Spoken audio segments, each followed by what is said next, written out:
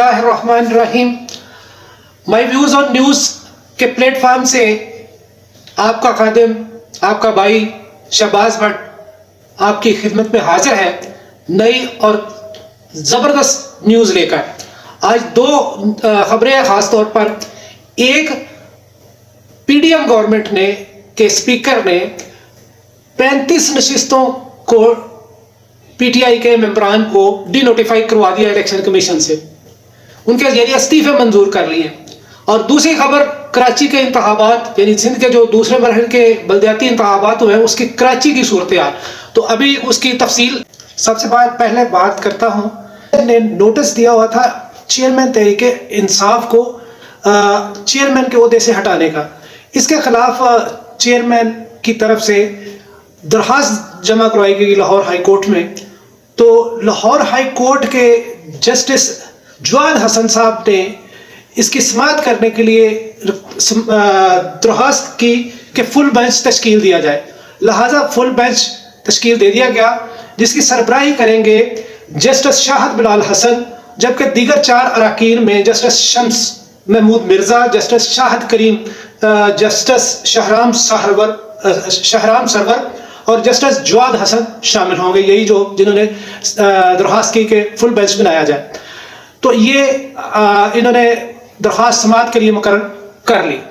एक और खबर के मुताबिक इलेक्शन कमिश्नर आज तकरीबन आधा घंटा तक chief justice of Pakistan Umar Ata Bandial से अदालत में उन्होंने पर्सनली मुलाकात की। कराची के इंतखाबात के नताइज को पीटीआई ने मुस्तरद कर दिया है। फवाद अहमद चौधरी साहब कहते हैं कि हम मुस्तरद करते हैं क्योंकि वहाँ धांधली हुई है, और ये जमात इस्लामी भी कहती है, क्योंकि हाफिज नईमुर रहमान साहब कह रहे थे कि उनके मुताबिक उनकी जो उन्होंने काउंटिंग की और उनके एजेंट्स थे, उनके मुताबिक 100 से ज़्यादा यूसीस की सीटें उनके पास आनी चाहिए थी, लेकिन 86 में वो कामयाब करार पाए और 40 में पीटीआई कामयाब करार पाई, जबकि 93 में पाकिस्तान पीपल्स पार्टी जो कि खाइफ थी, डर रही थी और भाग रही थी सिलेक्शन से, वो 93 सीटों पर यूसीस की सीटों पर कामयाब करार पाई। यूं फरीद प्राचा साहब ने कहा धांधली में मुलव्वस उन अनासर के खिलाफ फौरी कार्रवाई की जाए, यानी वो भी कहते हैं और पीटीआई भी कहती है कि वहां धांधली नहीं धांधला हुआ। बलोच साहब कहते हैं अवाम ने वालहाना तरीके से जमात इस्लामी और हाफिज नईमुर रहमान पर एतमाद किया।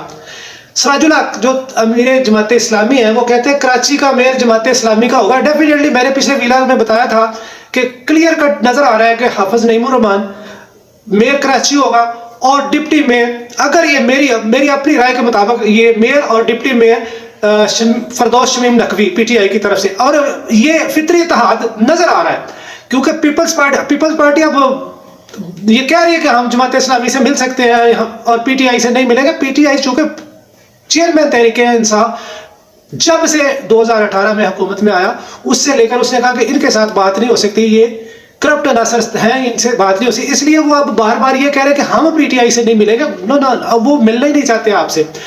लिहाजा 5 साल इन्होंने पहले भी काम किया हुआ है केपीके में, जमात इस्लामी और पीटीआई ने। इस तरह ये फिर एक इनकी कोलेशन गवर्नमेंट बन जाएगी कराची में।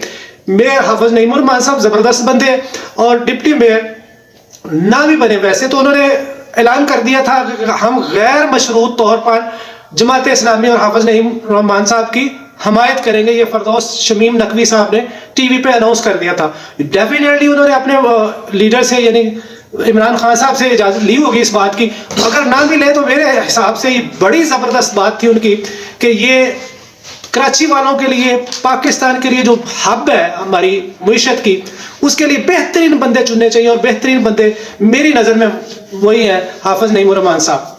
दूसरी जो अहम खबर है वो आप भी जानते हैं कि आप लोगों ने मसलसल सुना है राजा परवेज अशरफ क्या कह रहा था। मसलसल ये बंदा मसलसल ये कह रहा था कि हम इस्तीफे ऐसे नहीं कबूल होते हैं, ये उन्होंने कासिम सूरी ने ऐसे ही भेज दिए, ऐसे होते ही नहीं है इस्तीफे। ये एक बंदा आएगा डाइस के सामने और मैं एक को वेरीफाई करूंगा फिर मंजूर करूंगा। वो बंदे जाने के लिए तैयार थे, वो गए भी, इन्होंने फिर भी इस्तीफे मंजूर नहीं किए। जैसे ही अब इन्होंने पंजाब असम्बली डिसॉल्व की और पीटीआई के चेयरमैन इमरान खान ने कहा कि अब मैं असम्बली में जाऊंगा और एतमाद का वोट शहबाज शरीफ को लेना पड़ेगा تو اگر وہ اعتماد کا ووٹ نہیں لے پاتا تو پھر اگر رن آف الیکشن ہوتا ہے، اس نے تو کہا کہ میں اپوزیشن لیڈر راجہ ریاض کے ساتھ مل کر یہ نگران گورنمنٹ نہ بنا لے، اس کو ختم کرنے کے لیے ان کا اپوزیشن لیڈر ہو اور مل کے پھر نگران حکومت بنائی جائے. لیکن دوسری طرف یہ بھی سرپرائز ہو سکتا تھا کہ وہ اعتماد کا ووٹ کا کہتے اور پھر وہ اعتماد کا ووٹ تو نہیں لے پاتا، اور جیسے وہ اعتماد کا ووٹ نہ لے پاتا تو یہ رن آف الیکشن میں پھر وہ جیت جاتا.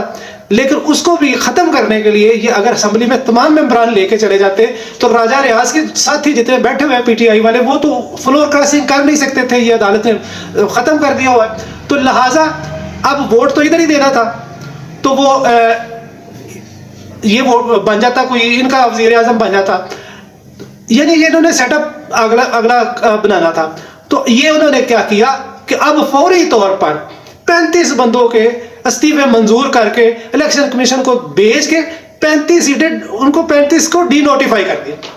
یعنی جو بندے، میں اسی لیے آپ سب کو کہتا ہوں میری اس بات کو بار بار سنیں اور غور کریں اس میں مسلسل آپ لوگوں کو کہتا ہوں کہ یہ جھوٹ بولتے ہیں، یہ گمراہ کرتے ہیں، ہمیشہ گمراہ کرتے ہیں. میں نے اکثر کہا کہ شاید ان کے دلوں پہ تالے لگے ہوئے ہیں، یہ دنیا کے صرف سوچتے ہیں.